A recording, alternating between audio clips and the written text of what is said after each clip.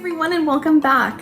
Today I've got an educational video for you on Latin hip movement, or Cuban motion as we call it, in your American style rhythm. A couple of the key things that I really want to stress that are important elements to focus on with your American style Cuban motion is it's a very foundational thing for us to become better dancers in those Latin dances. So not only are we going to be focusing on, the stylistic portion of it, because let's face it, that's what makes a rumba look different than a waltz, right? It's the difference in how you use your body and how you use your hips or no hips. So we are going to be focusing on that, and I'm going to give you different exercises so that you can build on those techniques on your own. So you don't need a partner for this at all.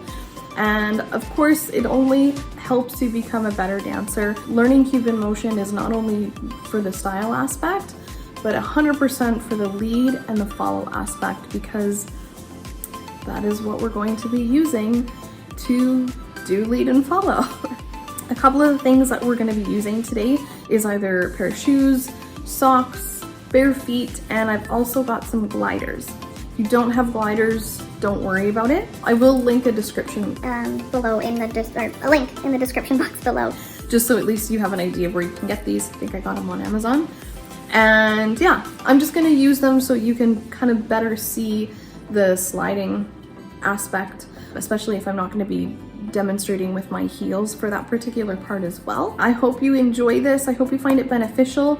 And again, I just want to reiterate that this is for American style rhythm, Cuban motion technique. I'm not going to dive too deep, of course, into the articulation of the feet.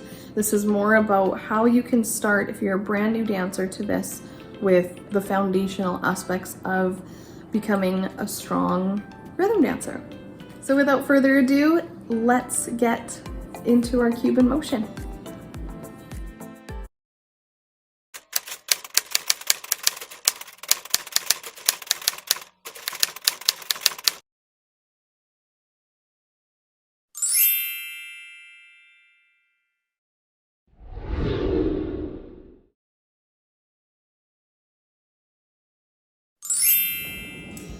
All right, so the first thing that we're going to do today is simply the first foundational thing we want to focus on is our posture. Very, very important. Our alignment and where those feet are going to be, because your Cuban motion, just like everything else in dancing, is going to work from the ground up.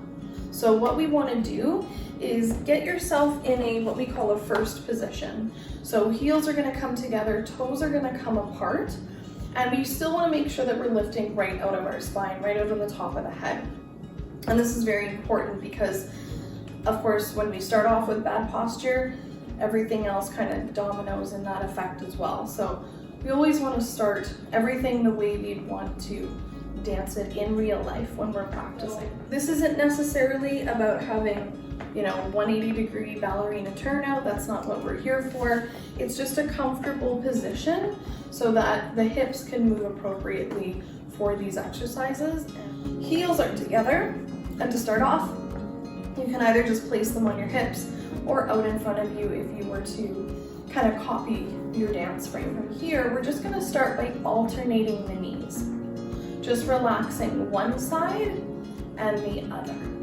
And it's very important that we try not to take this into the shoulders or even the rib cage too much at this point. Again, we're just working from the feet up. So my heels are staying down along the floor. As you can see, I'm not lifting my heels to get my hips going, because that's actually going to be a totally different movement. We don't want this. Heels are staying down, and I'm alternating from one side to the other.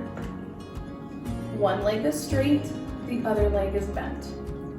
And 1, and 2, and 1, and 2. I'm gonna turn to the side as well so you can see it with the posture too. So again, I've got my nice dance frame out in front of me, my heels are together, toes are slightly apart, bend, and bend. And you'll notice that it's almost like a mini diamond shape, just if you can see it from the side angle. bend and stretch, bend and stretch. And this movement, and this is part of the important reasons why we want to keep the heels down, is it creates more of a forward back action, right? As opposed to up and down. This is not Cuban motion, this is, I don't know, a hula dance. We're not doing a hula in this exercise. So very important, keeping everything nice and tall, right up at the top of the spine, heels together, bend and stretch, bend and stretch. So there's always a neutral position, right? We've got one leg bent, one leg stretched. We stretch, our heel stays down, push into the floor, and then relax the other side. And 1, and 2, and 1, and 2, and 1, and 2, and 1, and 2. So that is your first action. Your second action for your Cuban motion or your Latin hip movement, we've already kind of started talking about the building blocks. So feet, knees, hips.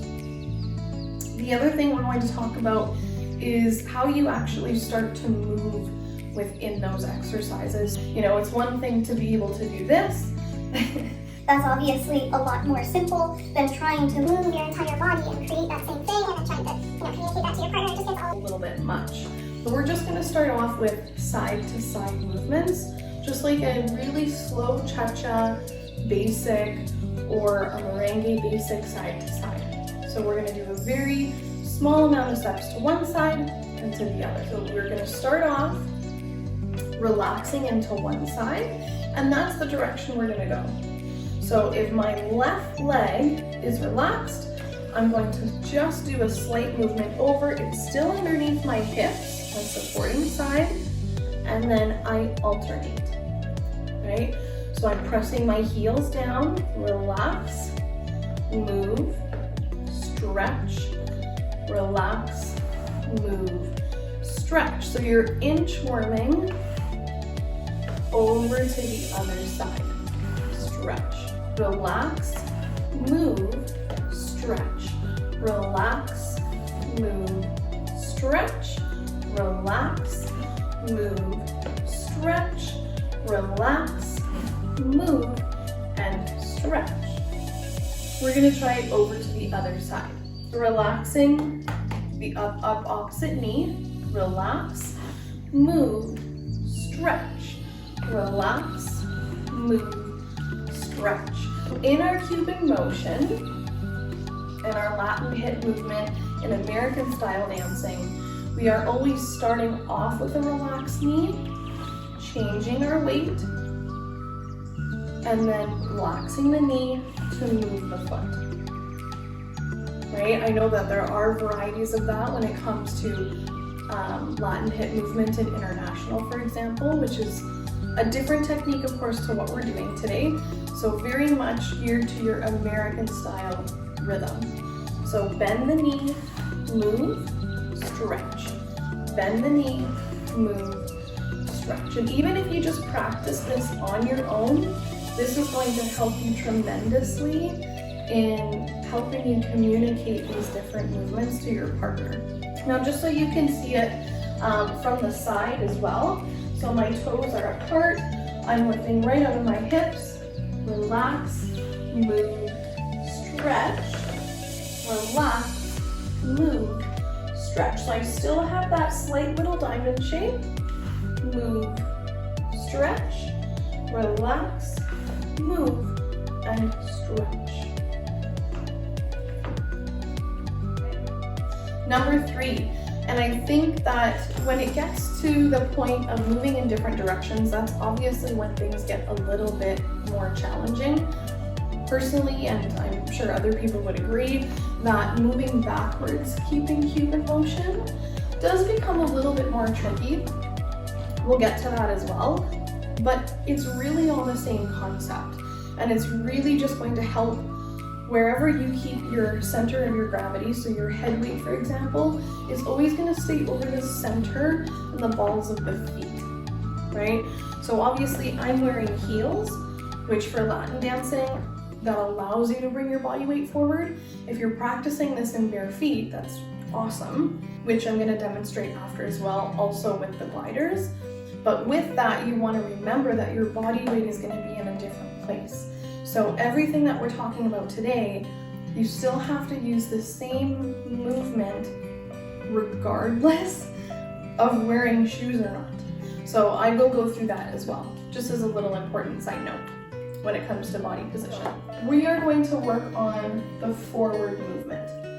Again, same idea, bend and stretch, but we're going to take it forward. You're going to relax one knee, that's the knee, the leg you're gonna move, bring it forward, stretch, relax, bring it forward, stretch, relax, forward, stretch, relax, forward, stretch, relax. And just so you can see it on the other side, I'm gonna do that as well.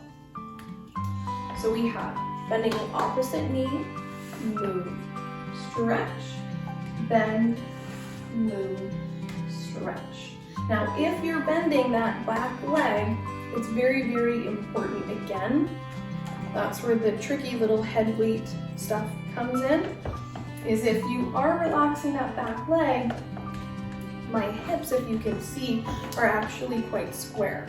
So you're still gonna get that rotation in the hips and that look, of course, but even just to start off, you wanna think about not opening up your hip while you're on that back leg, because now you're not getting that opposition.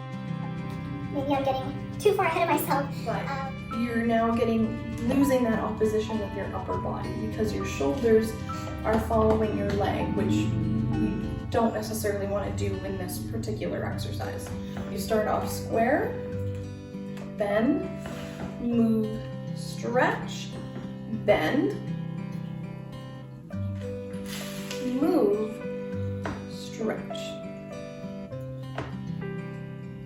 So that so far is what we've covered. So we've got the alternating of the knees, keeping the posture and the shoulders and rib cage square. We've got not lifting up our heels because that just makes it look a little less strong, I think, especially as a leader, as well as just mechanics of the lead and follow. Keep those heels down and then moving in different directions, right?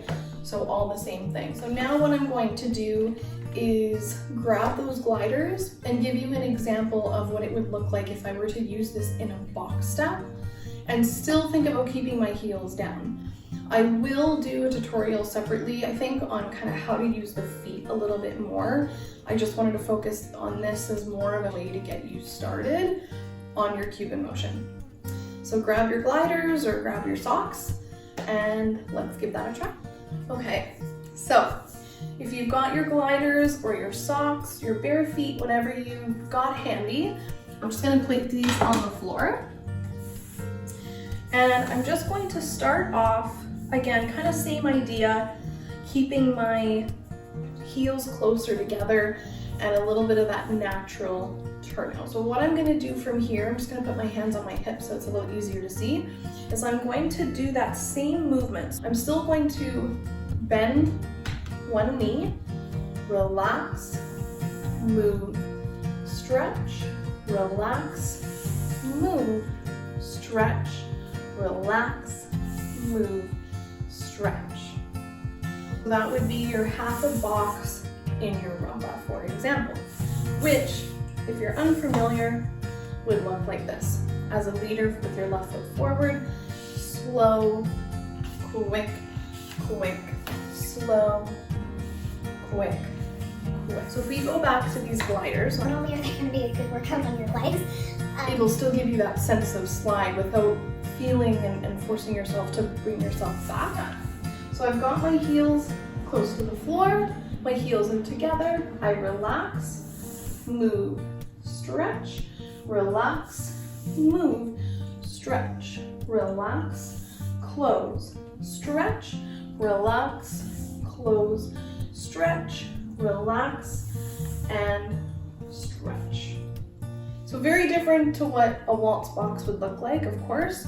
Your rumba being more stationary. This is also part of the reason with that style that we're using that Cuban motion. Again, now that I'm not in my heels, literally I don't have my high heels on, my dance shoes. It's really, really easy to allow ourselves to put our head weight behind our body, right? And behind our heels. So we want to avoid that. So my heels are pulling towards the floor. That's why we want to practice everything with our heels down and bring our body weight forward. So I'm going bend, move, stretch, bend, move, stretch, bend, move, stretch, bend, move, stretch, bend, move, stretch, bend, close, stretch. Now that we've kind of gone over those elements, this is what that would look like all together. I've got my arms forward in front of my body. I'm lifting right out of the top of my head, and so you can see it from the front. And slow, quick, quick. So I'm not working on articulating the feet right now. Slow, quick, quick. You can see that my rib cage and my shoulders are still trying to stay forward over the center of my feet.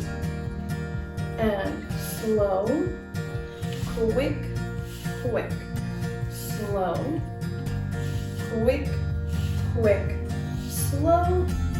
It's a good core workout as well.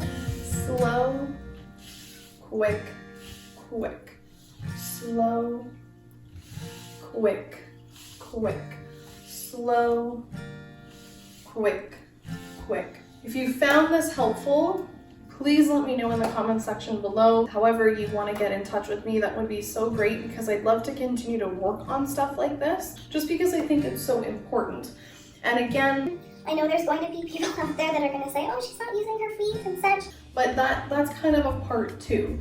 I really wanted to focus on the foundational components of your Cuban motion and just really get you started about the alternating of the knees, because I think that's really, really key in helping you develop the Cuban motion into what you see on TV or even out socially in your community when you're out dancing. I just wanted to give you a little bit more information on how you can accomplish that and different things that you can use where you don't even need a partner to practice.